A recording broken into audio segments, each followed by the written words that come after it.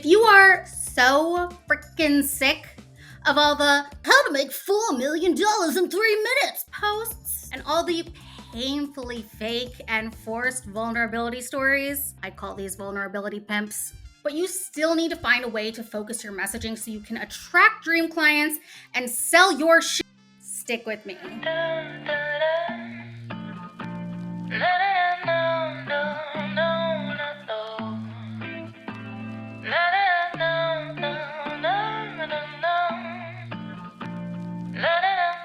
Hey hotties, I'm Mackenzie Fleming, conversion copywriter for online coaches and service providers by day, and coach for those who want to learn how to master their own messaging also by day. By night, I'm mud masking it up with my cats. As much as I love to talk about me, let's shift the focus for a sec and talk about my brand messaging makeover client, Naomi Genota. Naomi is a creator business coach and an influencer management extraordinaire, and our girl has absolutely no problem getting leads. But what she was having a problem with prior to working together was attracting the right leads, the kind that take action and actually buy her shit. It's that same feeling if you've ever been on a dating app when you're like getting tons of matches on Tinder, but then they all either give off like Lord Farquaad vibes or they have an AI generated profile photo, which is like big yikes, you know, same vibe. As any Tinder user can imagine, Naomi was feeling stuck and frustrated as fuck in her business. So Naomi came to me in search of a way to simplify her writing and content creation process for her and her team in a way that zeroes in on attracting dream clients only and relies on the power of her unique brand personality rather than sleazy bro marketing tactics or cheesy marketing and all that shit.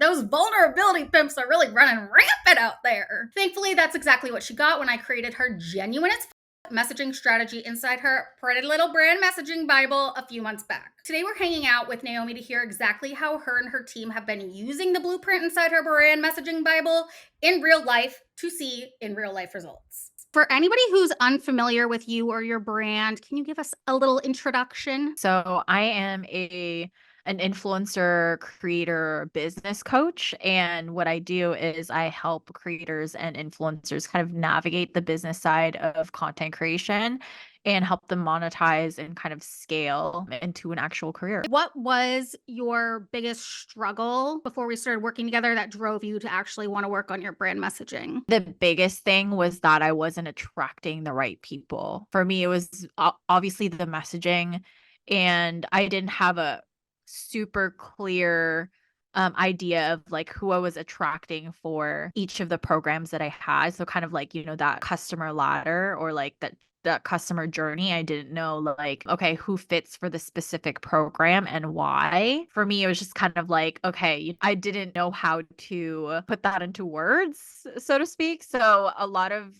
especially with the content that I was producing, it was attracting a lot of people that weren't really influencers yet. So my programs are essentially for people who are already influencers, who are already content creators, but they just haven't navigated the money part of it. I was getting a lot of people that were still like kind of thinking about it. I want to be like an influencer. How do I start doing that? But as far as like the programs that I had to offer, it was mostly geared towards people who were already ready to monetize. What was happening in your business because of that, because of you were attracting the wrong audience? Obviously, like it was frustrating me on all of the ends. So like on the front end with the content, I was getting very like discouraged to even try. I was like, why even like create all these emails when no one's even gonna buy? Or like why even produce all these stories and like all this content when it hasn't even been working. And so it was really like exhausting me. And then in the back end, cash flow being kind of wonky, creating this like kind of domino effect of things. Instead of like pulling away from being the bottleneck of the business, I've had to put in more of myself,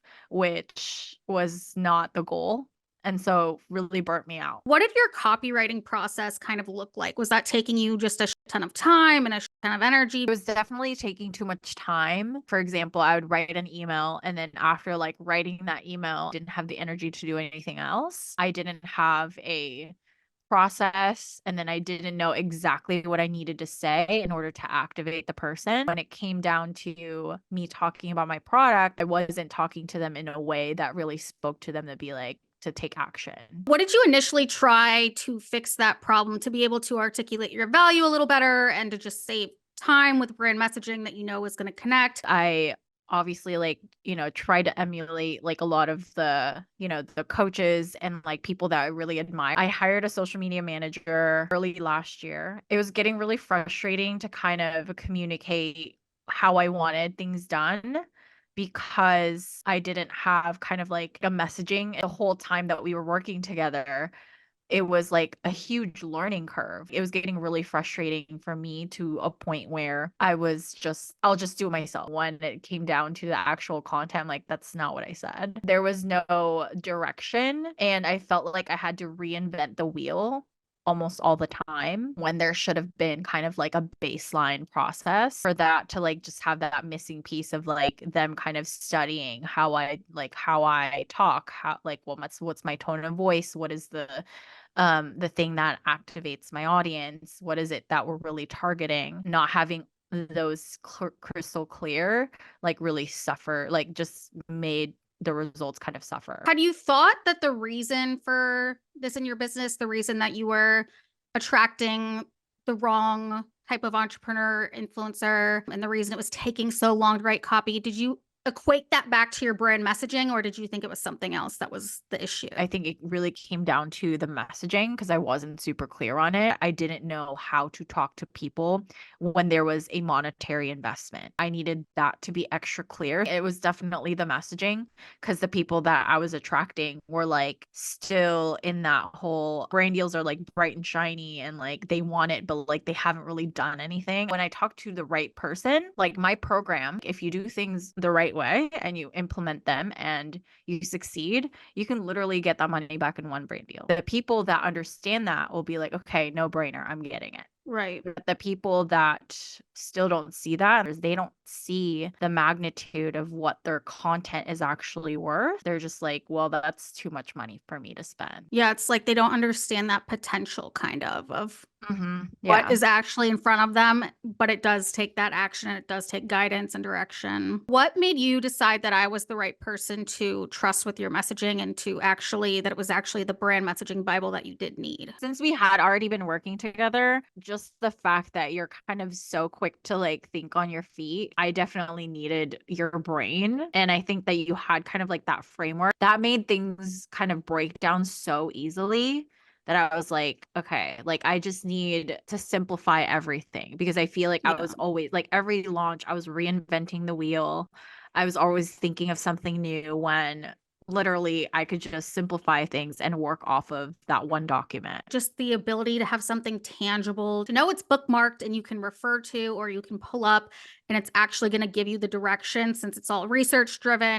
I feel like it's that comfort of just having kind of like a fallback, yeah, as far as direction and guidance goes. Now that you've invested in your brand messaging, what are the results? When I actually hired a new like content manager, I gave her kind of like the brand messaging Bible. It was a lot easier to kind of turn the keys over when I kind of QC her content ideas and the actual caption and the content text on screen, things like that. They all emulate me. I pretty much have like very minimal edits. It's like usually just kind of like technical things. That's usually pretty much the only main things that I've had to provide feedback for. For the most part, they've got cadence down, my tone down, and it was actually funny because I had dinner with one of my students and she was talking to me about one of the pieces of content that she really loved. And it was a piece of content that I didn't create. I told her, I was like, I actually didn't make that. Someone did that. And so she was like, oh, I wouldn't have known. And that's just like, really great feedback to know that like Yeah. I'm able to, still show up without actually having to show up just because I have that brand messaging Bible to kind of go off of. Obviously the conversion part. And so like when I see the right people kind of filter through to my DMs, the application form, things like that, like it's working. I just want to work smart, not hard. The conversations have been so quick because like now we're kind of just handling all those objections through our content. We're handling like all the questions that they're asking and we're also like addressing all the conversations in the DMs through the content. And so now instead of people waiting like a whole year before they make an investment, they're making those investments a lot quicker. So how do you and your team use your brand messaging Bible? I mean, we have that available in our like a content calendar. So it's like on ClickUp, we have like that as kind of like a reference to go back to anytime. Like, for example, like this month is the first time that my social media manager is talking about the group program. And so nicer to kind of refer back to, okay, like who is the type of person that we're attracting. What would you say has been the most helpful little portion of it so far? Would you say it's those ideal client avatars that you get to refer back to? I think ideal client avatars, and then how do we talk about them like in the case studies, like when we create specific types of content. For example, for the Spawn Master, those are the people that potentially like have not secured a brand deal yet, or they've secured a brand deal but they didn't know how to charge. Those things kind of like foundational, like fundamentals. They don't know any of the fundamentals. And then for the group program, it's usually people that have already secured partnerships but they don't know how to continuously get it. They don't know how to create that inbound. They don't know how to scale that in a way that is sustainable. When we're talking about, shifts or like things, transformations, we have to pay attention to like what those transformations are. Just as a business owner, there's so much like going on in your head and to keep in your head. And while I have a great understanding of who I'm talking to, there's nothing like having an actual blueprint to be able to refer back to of this is exactly who they are. This is exactly how to talk to them. Because like I said, there's just so much going on all at once that it can be easy to get kind of lost in that person that all of this is for. So what would you recommend to someone who's thinking about investing in their brand messaging? The brand messaging kind of carries everything. So like you can have the best graphics, you can have the cutest, photos, or like you have the most aesthetic like videos and stuff like that. And you can have all the editors and all the social media managers in the world. But like if they don't have a direction and they don't have a goal on what you're trying to achieve, who you're trying to attract, that really doesn't matter. I tell my students this, like, because a lot of them kind of like obsess over going viral, but it's like if you're going to go viral and